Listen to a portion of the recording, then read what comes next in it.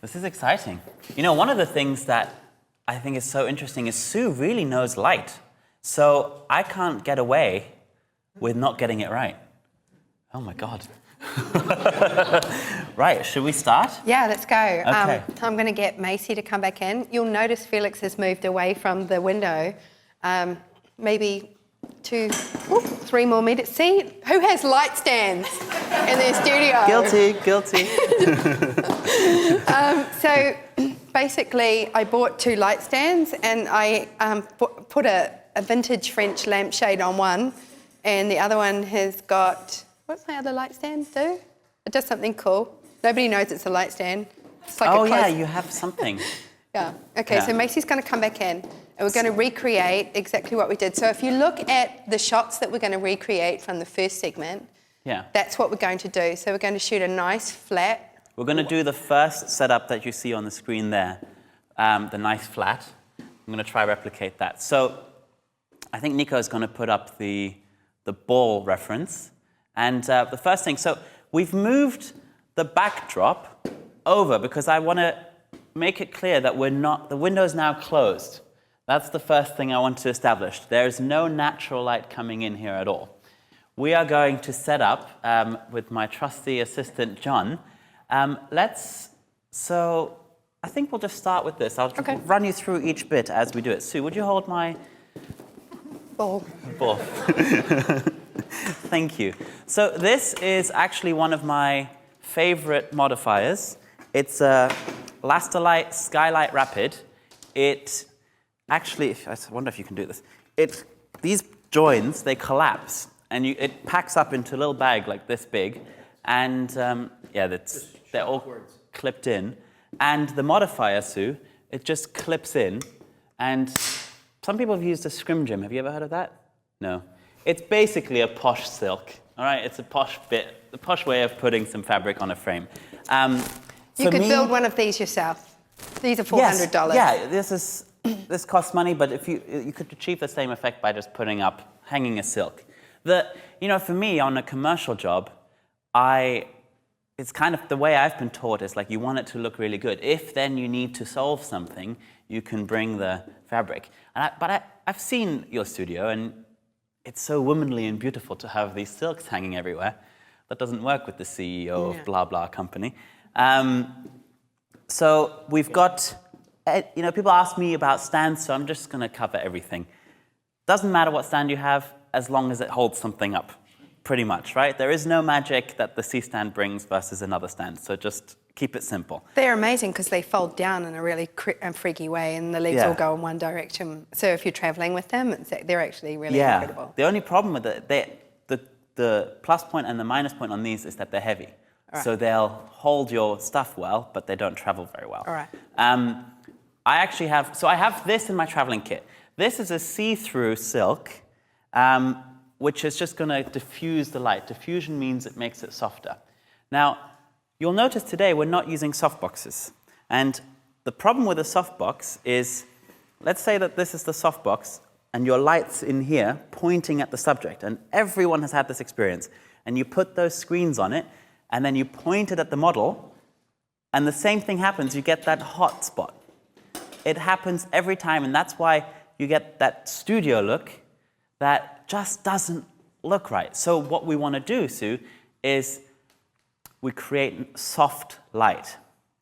So all we have to achieve today, actually, is what's coming in that window when Sue's shooting her natural light setup is a soft light source. We're in Seattle, so we're lucky because it's cloudy. Do you choose like a north-facing window ever, or just? I don't care. But she'll put the silk on it if it's too harsh, right? If the sun comes in, you put a silk on. So that's what we need to start with. Then we're going to end up just doing Sue's going to end up doing exactly the same things, just putting her V-flats in front of it.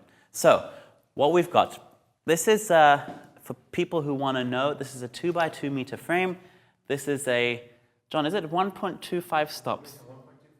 So that means it should cut out 1.25 stops of the light, right?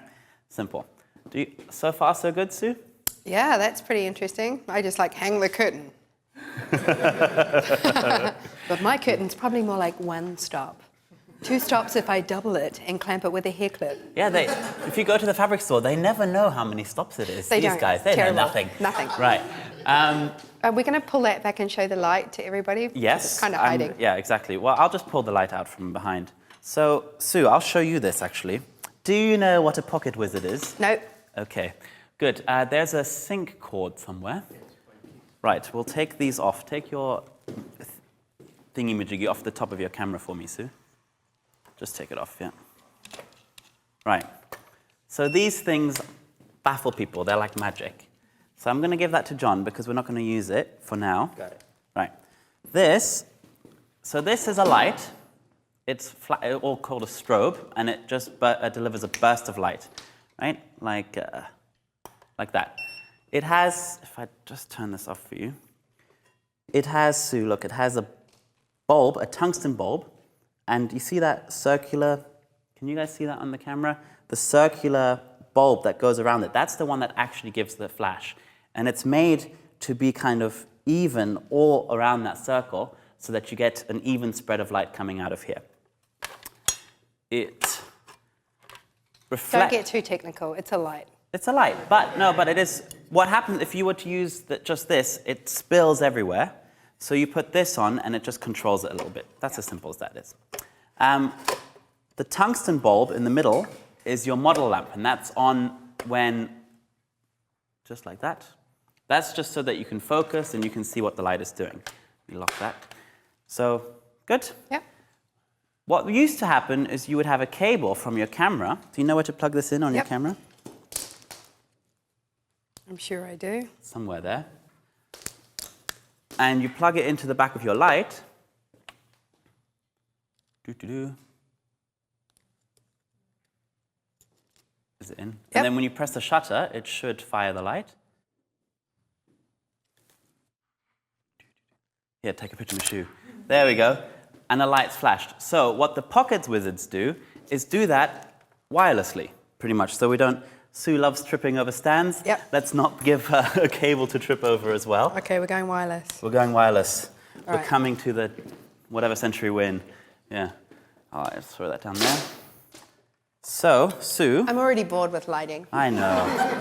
I'm halfway Thanks. through my shoot. Do I have to put the shirt back on? The referee shirt.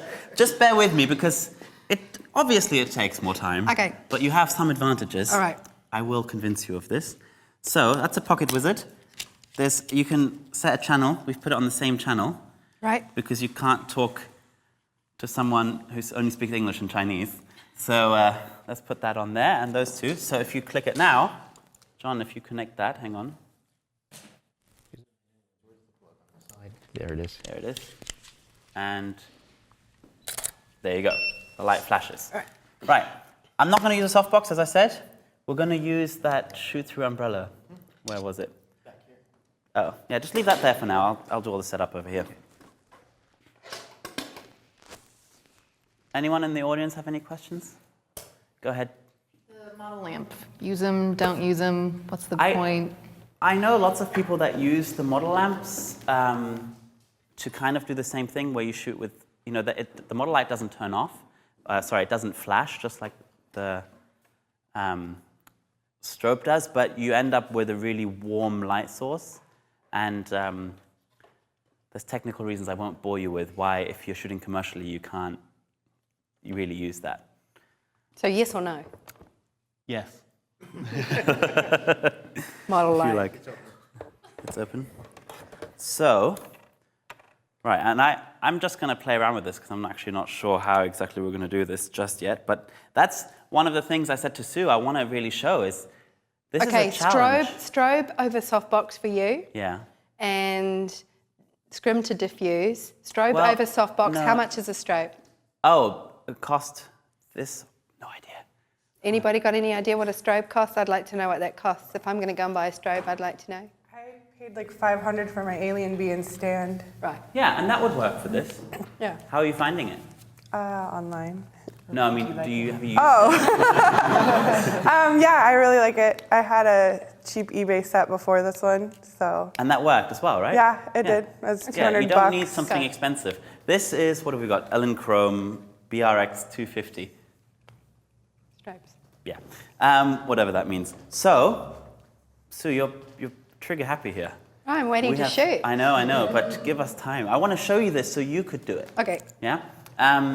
So what I've done is, so the softbox, you get that harsh light, and it's because the light, this light is pointing straight at your subject, and no matter what you put in front of it, it will never get soft. It's always going to have that focused dot that burns out. And that's what everyone runs into, and that's what makes it look like studio, so we're not going to do that.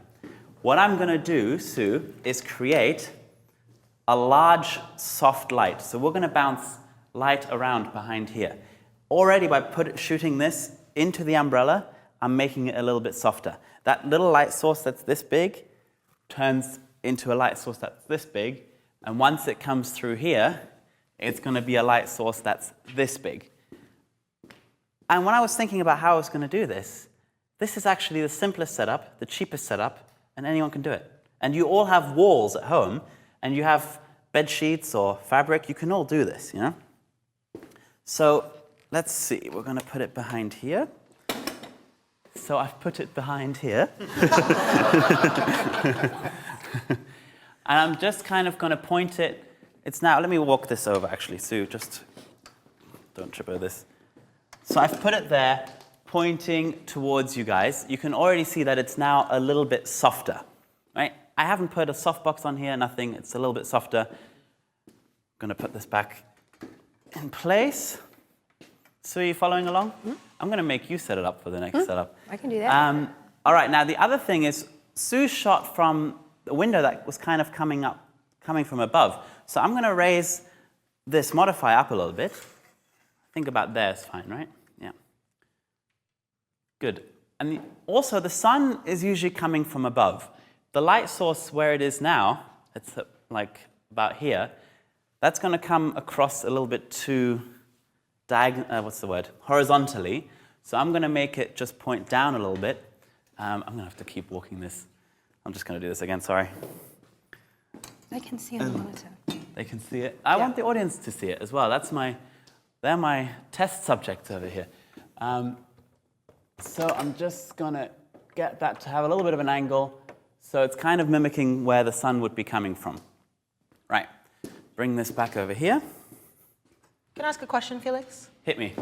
This is from Fashion TV in Singapore. Yeah. The question is, when you simulate natural light, what is the distance between the scrim and the light? Does that matter? Do we place our strobes?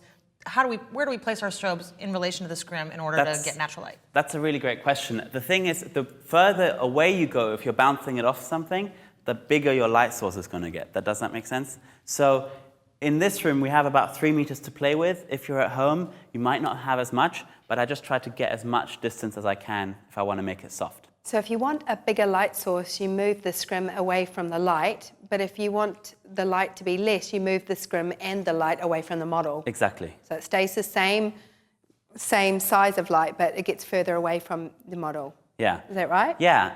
If you had a small light source far away, it would be really sharp. See, some like people would make the mistake of just going and moving the light, not the scrim, Yeah. to try and get the light away from the model. But what they're doing is creating a bigger light source. Exactly. But that should be softer. Exactly. So we've put the umbrella and this in between to soften it up. And that's essentially creating a bigger light source.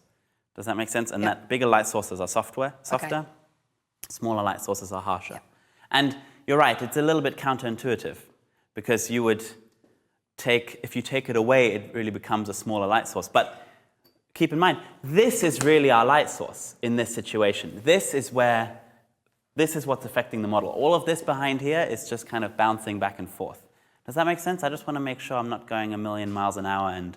The sale of scrims just went up worldwide, and they won't know why. And they won't know why. I think they will. Hopefully they'll watch. And John, I just want to tilt the bottom of this over a little bit, just because this is the direction that the sun comes in. All right, and then because the window's high, I'm going to just block this off with a V-flat so that you're not getting light from down here as well. And let's see how that goes. So what you've created is my rectangle window. Yeah, but I can cheat it in anywhere, basically. John, put it the other way. Yeah. And then should we just put it up on these legs? There you go. So I actually think that's still a bit of a too large area compared to what we had. So we're just going to drop this down a little bit. Thanks, Sue. Right. How do you do that on your own? You got to do that bit, that bit, that bit, that I bit. never shoot for myself. Do you? Yeah. There's lots of people who want to help. Yeah. Yeah, usually quite easy. Okay, where's my light ball? I'm just going to grab that. Oh, and just obviously, my obvious question is these studio lights for Creative Right. Live are on, and they're not part of our light source, so do we have to turn them off? We will find out. Oh. And we're going to, I'm going to work through this. So this is So where this is what you call the lighting test.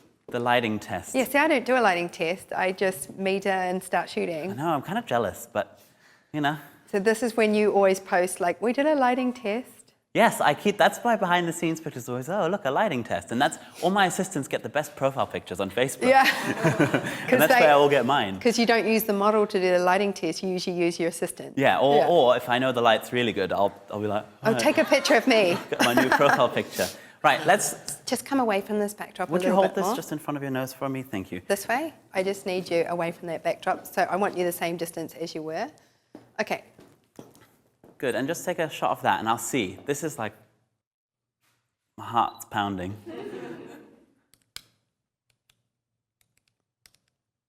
Right, oh, we need to set your camera up properly, Yeah, don't we? we as well? don't. Drop the ISO to 100. Yeah. We put the neutral density filter on. Okay, so let me run them through that. So we've dropped, one of the things about shooting commercially is usually you want to end up at 100 ISO. I add grain afterwards. Nice and sharp. Yeah, nice and sharp. Every eyelash, every pore. Every pore, lots of retouching on the skin. But you know, that's kind of where that commercial standard, for clients, they do kind of want to have the 100 ISO. I still want to get to 5.6, sorry, f2.8. And if you've ever shot with lights, you know that usually they're too strong. So what we've done is Sue's little trick, and we've gotten a neutral density filter, and this thing, it goes from 1 stop to 9 stops of cutting out the light. That's all it does. It's a 9-stop ND filter. So when you've got too much light, you put the ND filter on and you block down the light. Neutral the density. The reason we are doing that is because I want him to replicate the look that I get with studio lighting. And there's too much light. Yeah. So in order to cut it down, I say, I'll just use my ND filter. So we're going to try it with that so we can still shoot wide open and get the same look. Yeah, and everyone's going to ask online, I know, what power did we set that light on? I have no idea. I just turned it on, and we're going to see what works, basically. And Felix, one quick question about the umbrella. A lot of people were noticing that you're using it as a reflective umbrella to bounce light back toward the screen, but you did not put a black cover on the back or anything like that. Is there a reason you didn't do that? Good, very good question. I'm actually bouncing some of it off that wall at the back, and you can do this at home as well. This is only partially shoot through. It reflects a little bit back on the inside, and some of the light will also fly out the back and then come back and soften the end result here again. Yeah, good. So the neutral density filter, I think I'm gonna end up at around 5.6 if I didn't put this on. So I'm gonna, is this getting too technical, by the way? No, I don't wanna keep going. lose anyone. So I'm gonna set this, if you buy one of these, it's very obvious what you do. I've set it to 2 stops, so I'm going to stick that on there. Right. They're about $75. It was actually a secret that a filmmaker told me. He said, when you're shooting with the Canon 5D and you're making little films, he said, if you want to shoot at 1.2 in a bright room, it's impossible. And especially when you want to stay at 50, shutter speed 50 when you're shooting film, it looks more filmic. And I said, well, that's impossible in light to shoot at 1.2 or 2.8 or 2.0, you know, in a bright room. And he goes, not with a neutral density filter. So that's how they get that beautiful wide open look. And so I've had one for about 2 years. It still amazes me when I spin it round and it goes dark and goes light and goes dark. I'm like, It's 2 polarizing filters that do this, right? I don't know. It's magic. It's magic. That's what it Just is. magic. Right. So set your camera at 2.8. Now, do you know why shutter speed doesn't matter in the studio? No. All right. So I need your permission to just make one diagram. You'll hate it, but you'll get it. Can you just All right. say it? No. I don't learn by diagram. Just tell Well, me. if these guys can figure it out. I do have this prepared. Right. Oh, I just have a whiteboard. I just have a little whiteboard prepared. Here's one I prepared earlier. Right, so it's called sync speed. Right, this is where everyone turns off, but just bear with me because you'll get it. It's very easy. The flash is a minuscule little, it's a tiny little burst, right? Manufacturers will tell you how long it is. I don't care. If you're at 1/100th of a second, your shutter, like this is the shutter closed, it opens and it closes, and your flash goes off in this bit there. If you're at, let's say, 1/10th of a second, that's a little bit longer, your shutter opens, and it's going to be open longer, but the light is still only coming in that minuscule bit.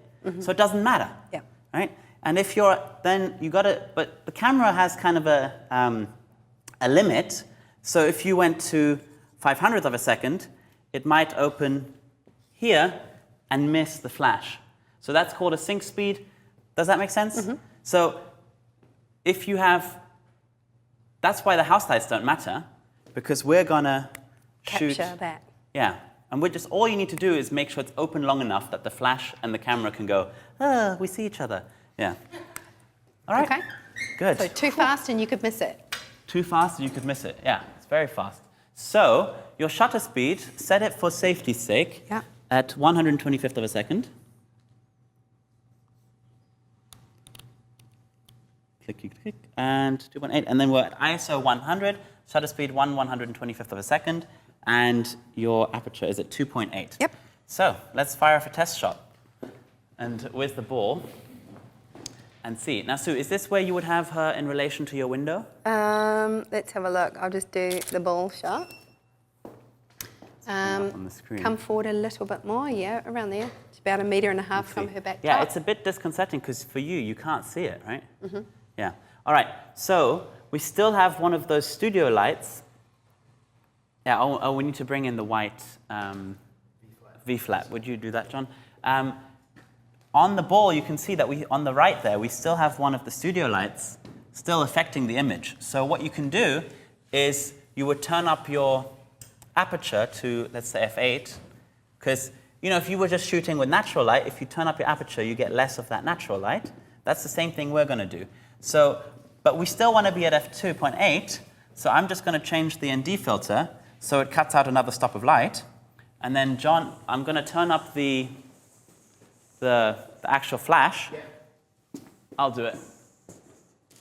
Yeah, she's getting an even soft light right across her face now, more like mine. One stop. Yeah.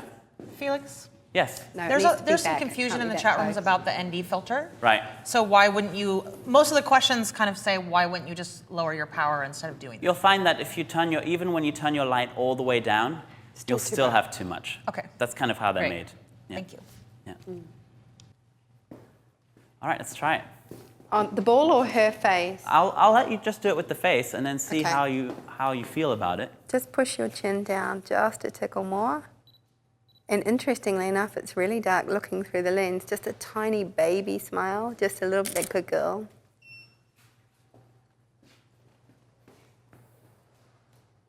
Nice. So it's starting to approach that natural light look. And look at this. So there's two things I would change. Yeah. One of them is there's too much light hitting the background. Exactly. So I'd put another V-flat there just to block it from hitting the background. Yeah, we can do that, or we can try another little trick if the camera can see me. I'm just going to turn, Sue, come around the back, have a look. I'm just going to turn this over a little bit. Sorry, away from, yeah, we'll do it this way. I'm just going to try it. And this also is called feathering. You turn the light away from where it should be pointing, so you're just getting, You're like actually it's turning cascading it- off the side. Technically, though, you're turning it towards where I don't want it, but it's coming back this way. Yeah, I think it's more reflective to us than to the back. All right. Yeah. So just push your chin down towards me a little bit more. Tiny Let's see little if that baby makes smile. it softer.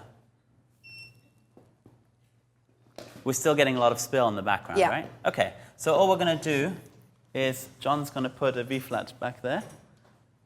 So we want that flat light, right? Yeah, but look at the light that's hitting her chest and her shoulders. Yeah. Is almost exactly the same. Yeah. We can probably, one thing I would do is, I think the sun wraps a little bit more around the front in kind of like this. Okay. You know how you said, Sue's always shaping bodies around the light, and I'm always shaping the light around the bodies.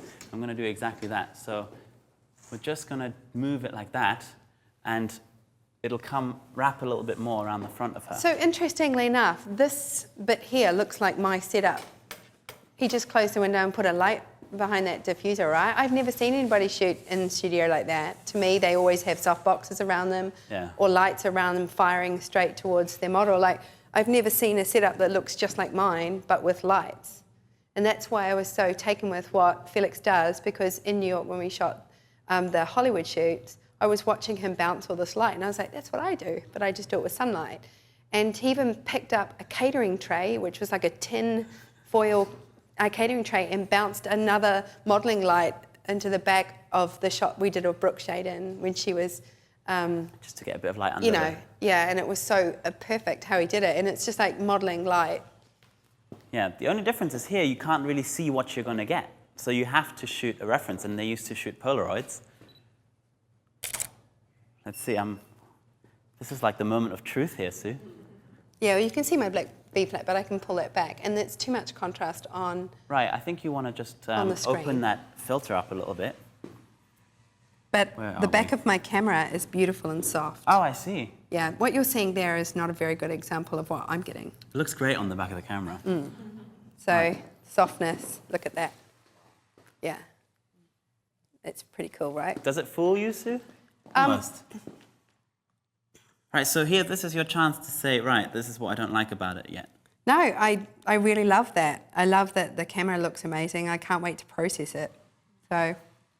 You see, it's much simpler. You just rock onto one hip and just now kick Sue's this gonna elbow do her back thing. a little wee bit. And bring your chin this way just a touch. That's it. From there, I just want to take a shot here. Sue, can we do the reference shot? I want to show the two shots side by side. If we just get that ball in there, yeah. And then if Nico, if you can pull up the original reference shot we were using against this one, and we'll have a look. Let's see if it comes up. Sue, let's go. Yeah, so over to we've the screen. almost got the shape exactly the same. The shape, I mean, it's a tiny little bit different, but Sue's shaping it around what we have, and that's okay. So we have that light coming in from the top here. I would even say, Sue, you can go up in ISO maybe to 160 or 200, just because I feel like that's a little bit stronger coming in. And we're getting that same shape from the V-flat on the side, and that's all we've really done. There's a little bit of a difference because the light's spilling onto the ceiling, but it doesn't concern me that much. It's a minuscule amount on their hair. You know, we're not... Sue's going to work with the light she's given, and that makes this really work. Is that the studio light? Are you serious? Oh, sell it, Felix. Sell it. Bring it home. I'm just happy. This is, you know, because remember when we did that shoot in New York and we spent hours just messing around, and later I confessed to Sue, I'd never worked with these type of lights before. But it worked. So, right, so then you're going to shape your light around that. Okay, so now my next shot was adding more contrast. Right. So I went from that, and I put the black tunnel on either side of her to cut down the light to the backdrop, to make the backdrop darker, to bring in more contrast around her body. Let's try that. So if we go to... That slide. Yep. Yeah, and that had the black on the other side. Yep. Right? Okay, so we'll just turn that around. Yep. So you're going to do exactly the same thing. You're going to It's change pretty the much- white reflector to the black. Yeah, and we can use the same setup. Oh, sorry, I'll get that. That's what happens with V-flats. That's why Timber. V-flats always make it. So you want this V-flat to be kind of a tunnel on this side?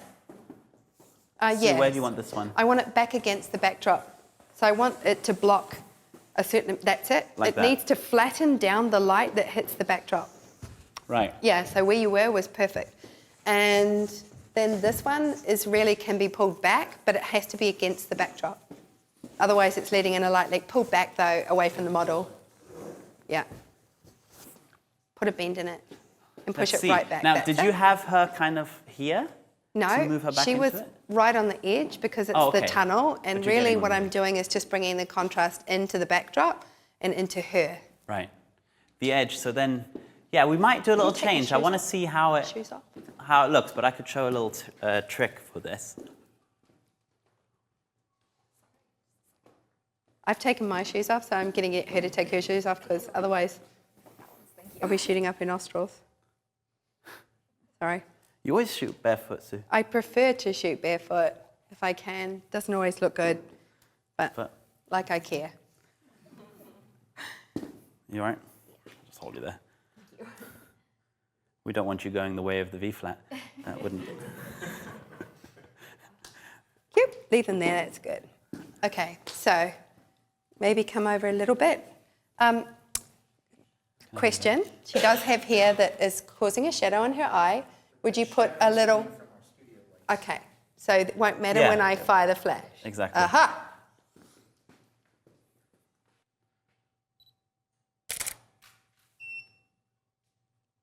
Are you getting that contrasty look? Should we have a look on here to compare it?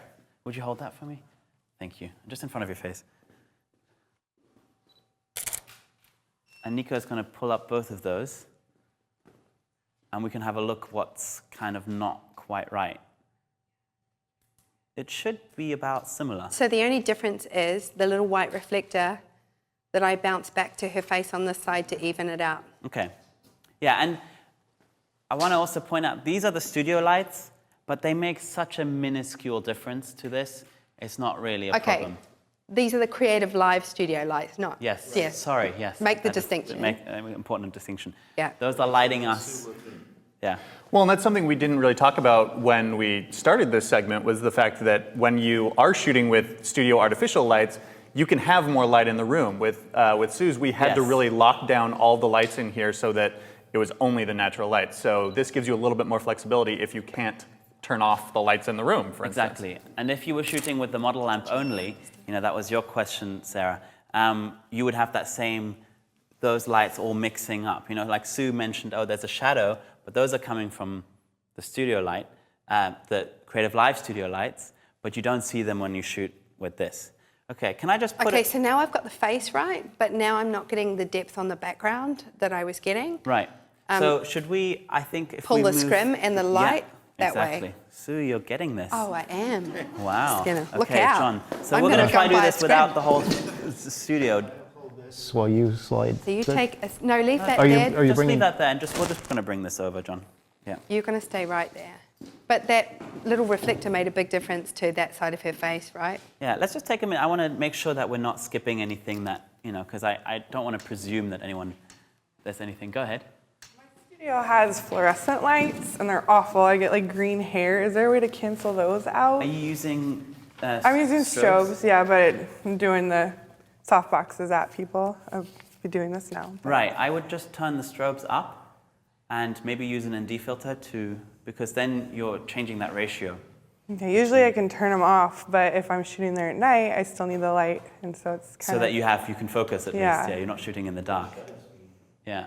No, or make sure your shutter speed is as high as your camera sync speed will allow it to go. It's really technical and boring. Sue's rolling her eyes, I'm sure. But if you look in your camera manual, you'll know your sync speed. Mm-hmm. And if you go to the top of that... There's a camera manual? 350. Yeah. Well, actually, I think there's a good way of demonstrating what's going on. Right, Sue, I'm going to take we're on the same settings. If you take a shot of her now, this is how I test it. So now there's no flash going off, and it should be almost black when it comes. There you go. There is no ambient light hitting the subject at all. Does that make sense, Sue? Mm-hmm. Yeah? Lovely. You're a good student. How does it go on? Comedic timing to the max. Right, so now we're triggering the flash again. Any other questions? In the Okay, chat let's have a room? question from Yeah. Anna Spain, who was just asking about catch lights. When you're lighting from the side through a diffuser, are you concerned about having catch lights at all, or? I mean, usually if like her eyes are lit up in this shot, she's gonna have a little catch light. Kind of if you end up without a catch light, you also end up with dark devil eyes. So I don't worry about it too much. I think she still looks alive. I think in post you might. I think you lighten did it up a say, bit. yeah, always late night. Yeah. I think you did say that a lot of fashion photographers Yeah. put a catch light in just for a catch light. Yeah. I've had. Just here. Just for a catch light to But get that one. gets complicated. The easier way I would do it in this case, and we're going to move this set around a little bit anyway, is I'm going to wrap this light around her a little bit because I can see in there, the catch light is like in the very left of her eyeball. And if I move this around a little bit, it's going to come in a little bit. You know, if she's here, the light kind of coming around is going to create a catch light in the eye. So I feel like there's still too much light on the backdrop. Yeah. So do I So- open up this V No, flat? I'm moving this, I promise, away from the backdrop Okay. a little bit, and we'll try it, and let's work through into this, because this is where it's... Are you going to give me the reflector and keep the camera? No, I just want to make sure you had it balanced. So let's see. You want no light on the backdrop, or much less light on the backdrop? Hands to the side and just kick out into one hip. Say again, Felix? You want less light on the backdrop? Yes, please. I want it to look like that bottom left image where I'm creating more contrast behind her. Right, so we're going to have to move this and the subject further off the background. Okay. Yeah. So, So John, help me with this, please. you need to come towards me Yeah. But you do that as well when you're shooting in natural, Yes, right? I Yeah. do. Yeah. So we're going to do because that. the more depth I can get, the more dark I can get behind her.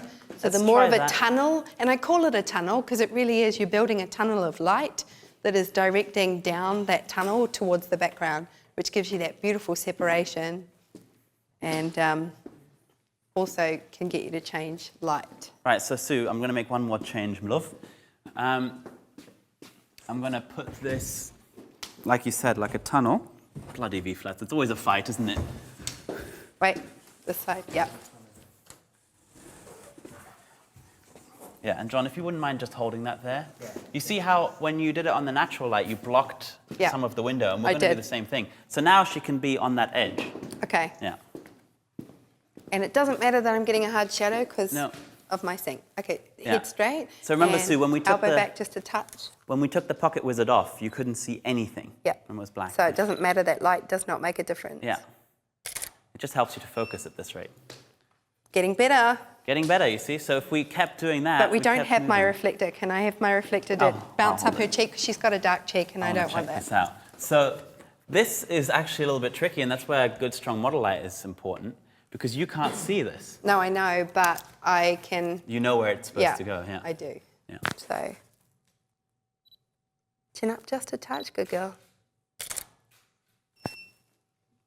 Yeah, nice softer face. Background is getting darker. Yeah. So I'm obviously a lot colder. On the temperature? Yeah, Yeah. So we can fix that in post, because you're shooting raw, right? right. So we're getting pretty close now. I'm impressed. Sue, well done.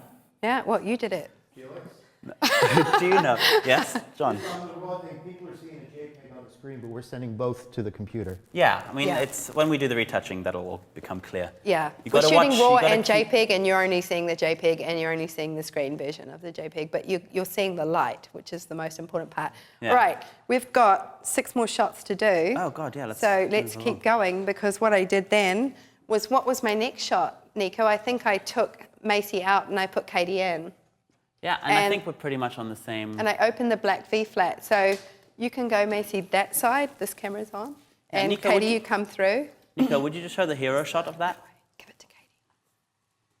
Left, Okay. left. So this is with the black V-flat as the background. Yes. Okay. So now, all I did was bring this around as my backdrop.